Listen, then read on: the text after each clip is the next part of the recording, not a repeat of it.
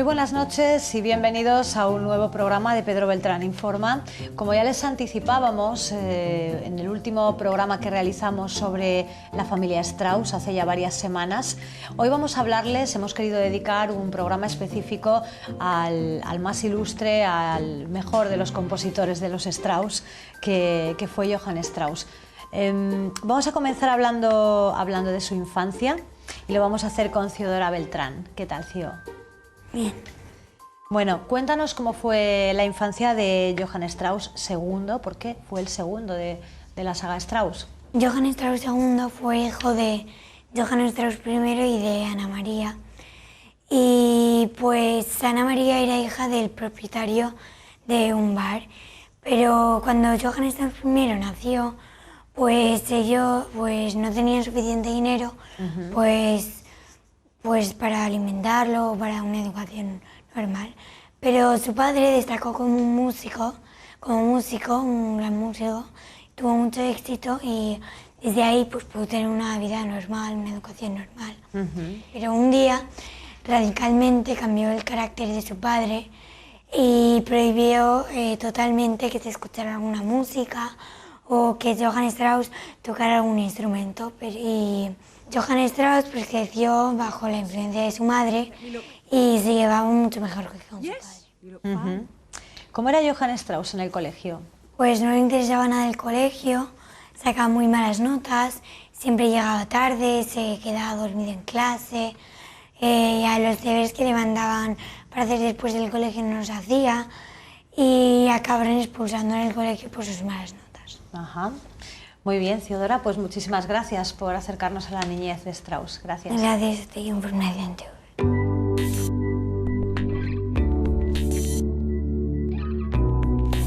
Continuamos, lo hacemos con Moses Beltrán. ¿Qué tal, Moses? ¿Cómo estás? Bien, pues vamos a conocer un poquito más, vamos a profundizar en la figura de Johann Strauss II. Y cuéntanos, ¿quién fue Johann Strauss II? Johann Strauss II es el hijo de Johann Strauss, padre. Es el mejor compositor de toda la familia.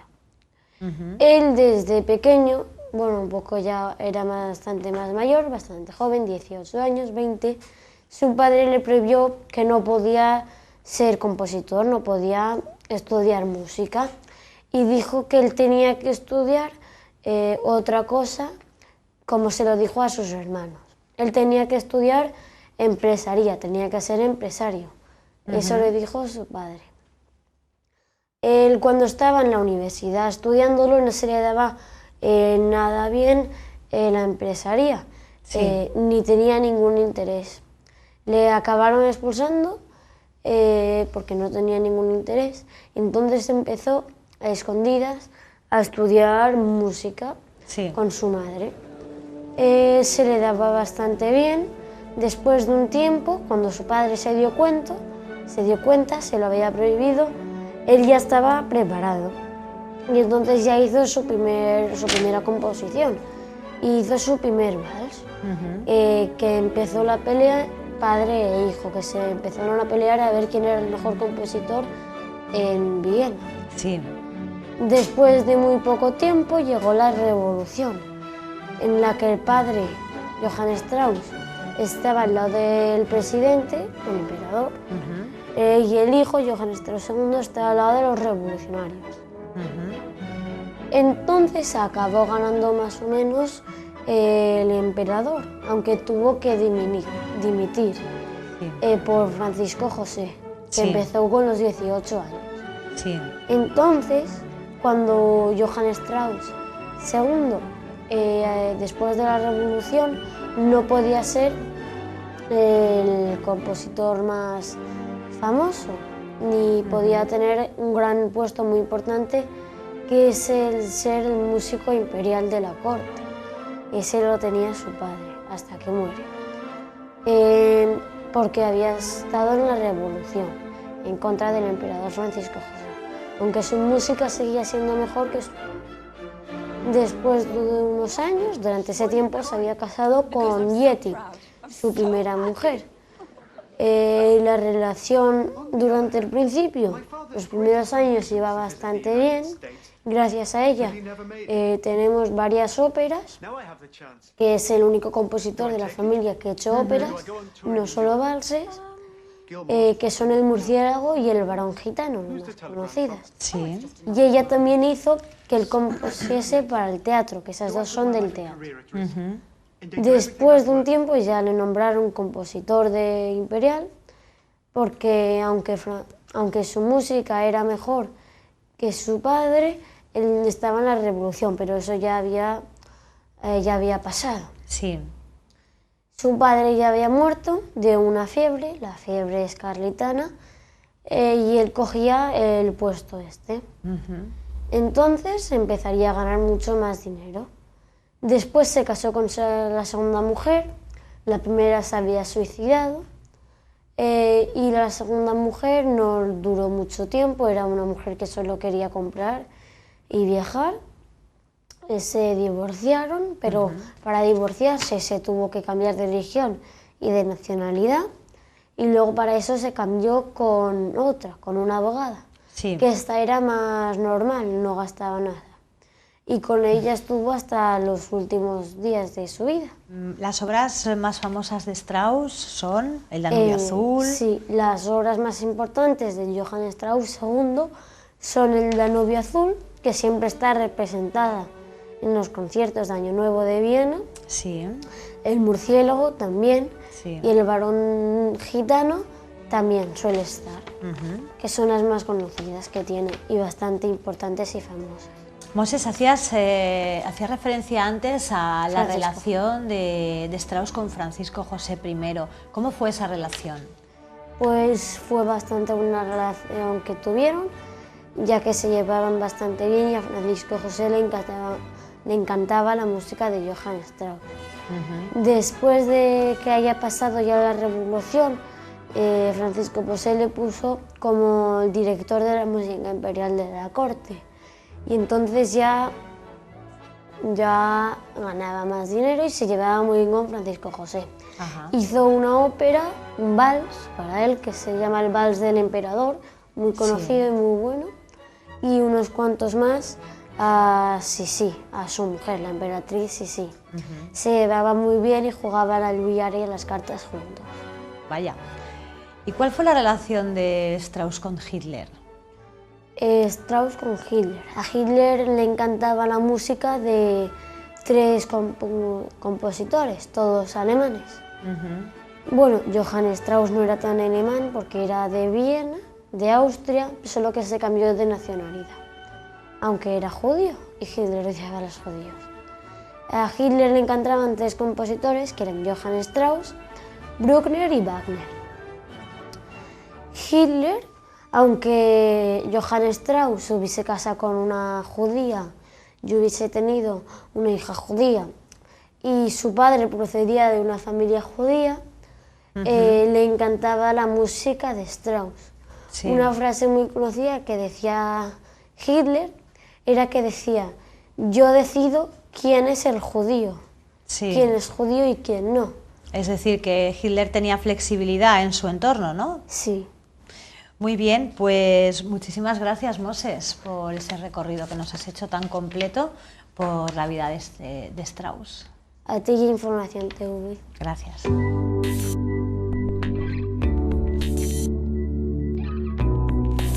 Continuamos, lo hacemos con Julia Aquiles. ¿Qué tal, Julia? ¿Cómo Hola, estás? buenas. Bueno, pues a ver si nos ayudas a comprender un poco cómo fueron las relaciones que tuvo Johann Strauss II. ¿Cómo fueron estas relaciones? ¿Cuáles fueron sus mujeres? Bueno, Johann Strauss II, en primer lugar, cabe decir que fue muy mujeriego.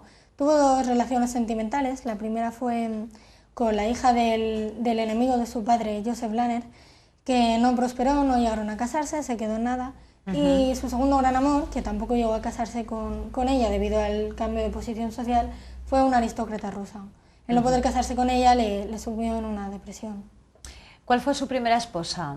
Su primera esposa fue la soprano Jetty Fruto, que ya había sido esposa de su padre, sin embargo eso él no lo sabía.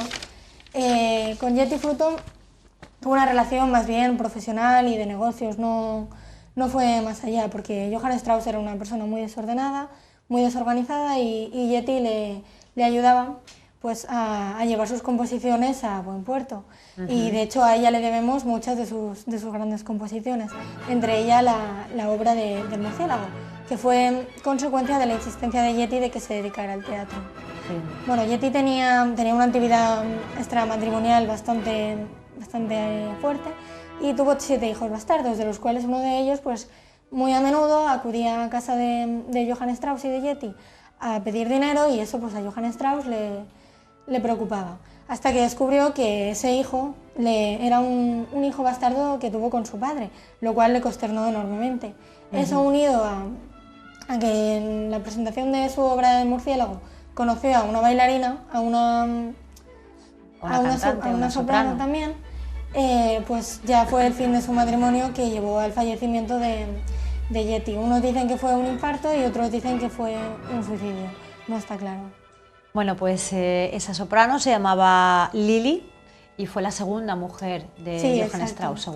Lili fue cantante también, como Yeti, pero no tuvo la misma importancia, era una cantante de rango bajo. Sin embargo, sí que le gustaban mucho los lujos, le gustaba mucho salir, viajar, le gustaba el deporte, cosa que a Johann Strauss pues, no le agradaba en absoluto. Y además quedó patente en numerosas ocasiones que Lili iba detrás de su dinero. Por lo tanto, la relación fue muy abrupta, fue un matrimonio con muchos problemas, y el detonante fue un día que Lili le llevó a Johann Strauss a una galería de arte, y Johann Strauss descubrió que había muchas obras en las que salía Lili retratada desnuda. Sí. Con lo cual ya pues, Johann Strauss pidió el divorcio. Lili no se lo concedió y no pudieron divorciarse, porque en aquella época en Austria, si no había mutuo consentimiento, el divorcio no iba adelante, y tuvo que seguir con ella. Pero apareció Adele. Apareció Adele. Adele era una abogada de un bufete que contrató Johann para poder llevar a cabo el divorcio. Y aparte, tenía 24 años solo, era muy joven, y aparte de ser su abogada, pues se convirtió en su amante. Quiso casarse con ella, como es lógico, pero como no se podía divorciar de su segunda mujer, pues tuvo que cambiarse de nacionalidad y tuvo que cambiarse de religión. Así pues, Johann Strauss II pasó a ser protestante y pasó a ser alemán. De esta forma consiguió casarse y adoptó a una hija que tuvo Lili en su anterior matrimonio. Adele. Adele, perdona. Sí. En su primer matrimonio, que se llamaba Alice, y era de ascendencia judía. Muy bien. ¿No tuvieron hijos ellos? ¿No tuvo hijos biológicos? Johann Strauss no tuvo hijos, más allá de la hija que adoptó con Alice. Muy bien, pues muchísimas gracias, Julia. A ti.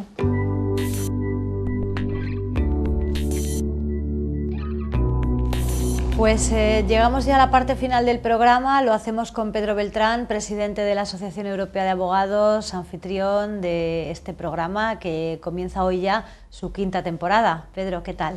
Pues sí, un placer ya estar en la 5ª temporada, y espero que sean muchas más, porque los temas son inagotables. La cultura es inagotable, la música, los viajes y todo lo demás también.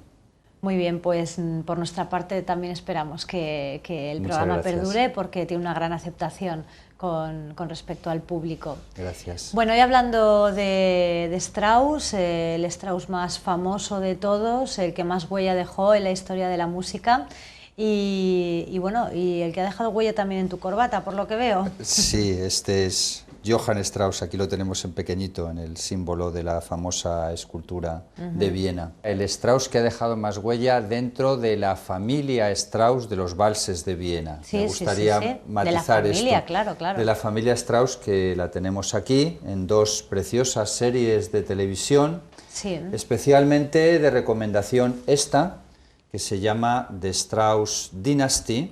Es una serie de 11 horas de duración, preciosa, donde cuentan todos los enredos sentimentales de esta agitada familia, y muy interesante. Esta segunda serie de Strauss Family es otra serie, el título evidentemente se parece mucho, un poco más antigua, también muy interesante, aunque no del mismo nivel, de altísima recomendación aquella y de segunda recomendación esta. Y digo que hay otro Strauss, el otro que no es de la familia Strauss, que lo tenemos aquí, Richard de Strauss, con el Caballero de la Rosa, que no tiene nada que ver, se parece el apellido, Es muy confuso esta película, 2001 Odisea en el espacio, de Kubrick, tan conocida, tan genial película, porque utiliza en parte música de Johann Strauss y en parte música de Richard Strauss. Abre con Así hablaba Zaratustra, de Richard Strauss. Y la gente se confunde con esto, porque en los dos pone música de Strauss, pero es que no tiene nada que ver un Strauss con el otro. Richard Strauss es un compositor muy serio, alemán, del siglo XX, de 1949, profundo, complejo, y Johann Strauss, que a mí me encanta, del que hablamos hoy, es un compositor vienés del siglo XIX, muerto en el último año del siglo XIX, 1899, y que escribió música de valses. Johann Strauss es el de los conciertos de Año Nuevo, que los tenemos aquí. Aquí tenemos mis favoritos, los dos de Barenboim, 2014 y 2009, y aquí el último de 2016, que nos quedan 4 meses para el 2017. Es el concierto más escuchado del mundo. Siempre en este concierto toda la música es de la familia Strauss.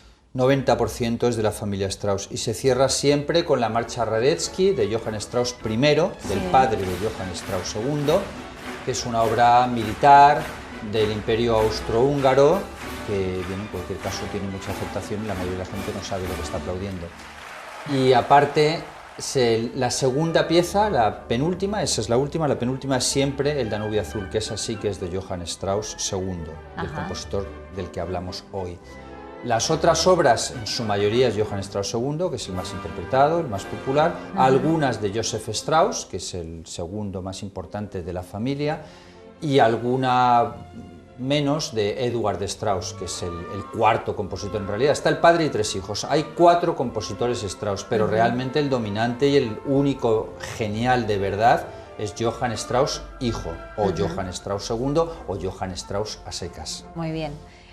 ¿Algo más que quieras destacar del decorado antes de pasar a las películas? Todo lo demás hemos traído conciertos de Año Nuevo, las obras de Johann Strauss que escribió para la ópera, que esto es menos conocido, aunque es también genial. El Murciélago, concretamente, esta es muy representada en cualquier caso, es una ópera cómica, ideal para introducirse en la ópera, por cierto, a los que no lo hayan escuchado nunca ninguna ópera, no está mal para empezar, porque es divertida, es alegre, lo tiene todo.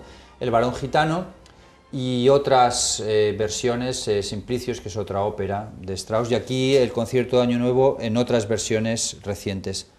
También hemos traído alguna película ilustrativa. ¿Qué películas podemos presentarles hoy a los telespectadores? Pues aparte de las series de televisión, que desde luego esta que he comentado, el Strauss Dynasty, esta es Johann Strauss, una película específica sobre Johann Strauss, solo sobre él, excelente. Sí.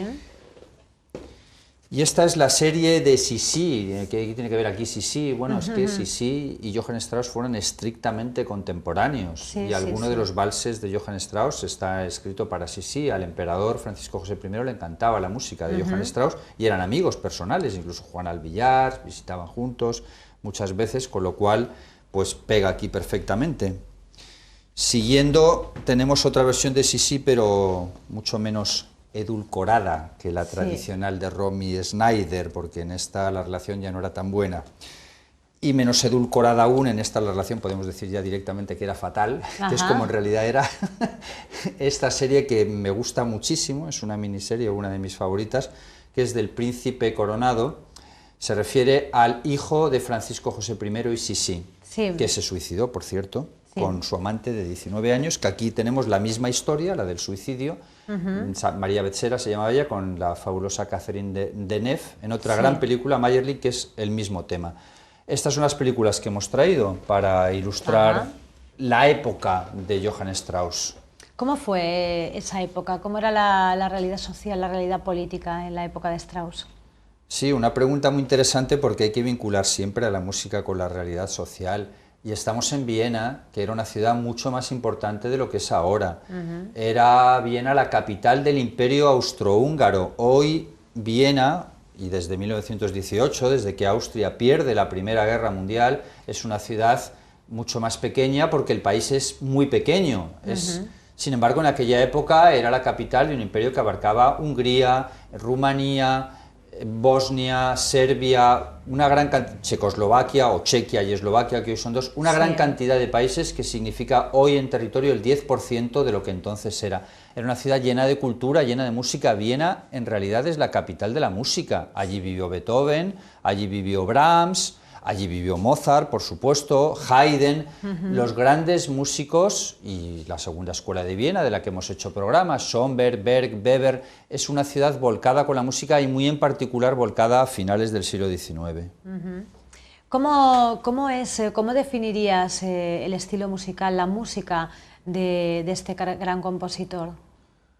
Me gusta mucho Johann Strauss, es una música fácil de escuchar en el coche cuando uno se está duchando, muy melódica, muy repetitiva, es lo que llamaríamos música ligera, pero eso tampoco significa que no tenga calidad, tiene una calidad extraordinaria. Sí. Y me encanta escucharla, me encanta escucharlo. También me gustan muchísimo las óperas, la que he comentado antes en particular, El Murciélago, que me parece una obra maestra, cargada de ironía, cargada de una música que proyecta unos sentimientos muy intensos también, aunque sea música ligera en definitiva, y es un compositor al que parece que la música le salía sola.